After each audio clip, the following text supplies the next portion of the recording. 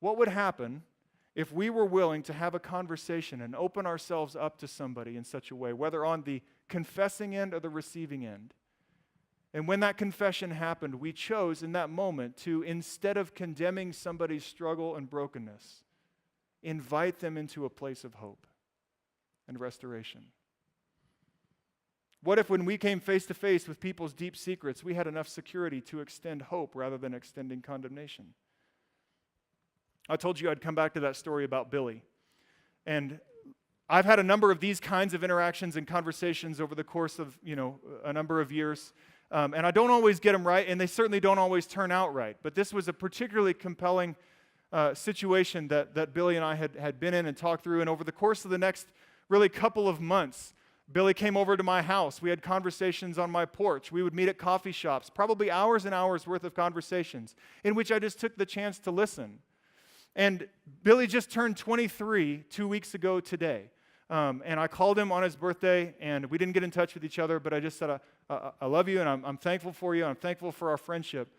Because 3 years ago, when we were having this conversation, we were out on my porch one day, and Billy said something to me. He said, Stu, your willingness to treat me like a human being, to invite me into your home, to introduce me to your kids, to just have a conversation and listen has made Jesus seem real to me.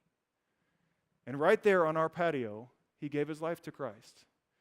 And it's amazing because over the last 3 years, he's tried to figure out how to reconcile this old life that he's clung to for so many years and this new life in Christ. And can I just say that isn't that the same struggle that you and I have every single day? Isn't that the place where, of all people, the people at Discovery Church should be able to say, me too?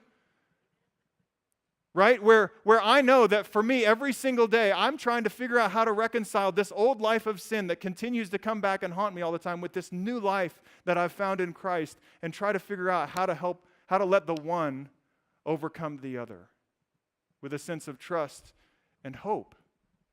And that's what Billy found that day, and it's what he continues to wrestle with, and it's what you and I continue to wrestle with.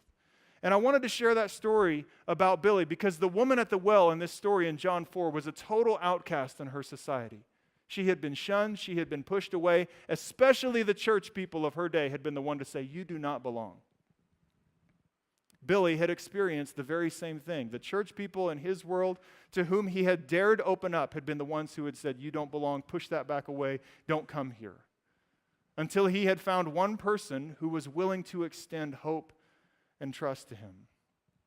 And this is the same work that we do at the Rescue Mission every single day, looking past people's shame, looking past people's disgrace, looking past people's brokenness, and inviting them into a relationship of hope. And you can do the same thing.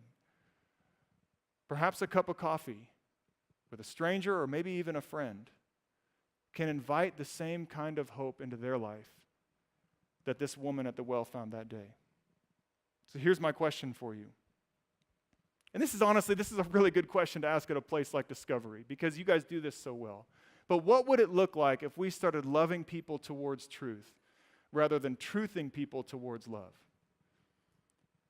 Because I'll tell you, a lot of the headlines that Christians make is more about the latter than it is the former. It's more about standing out on a corner somewhere and proclaiming truth instead of just inviting people into a relationship or a conversation.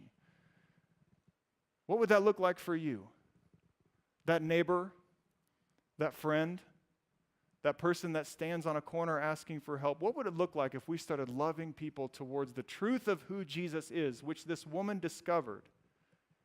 But instead of Jesus coming out and saying, I am the Messiah and you need to bow down and worship me, he said, let's talk. And can I help you? Billy discovered that same thing that day. You've discovered the same thing in Jesus.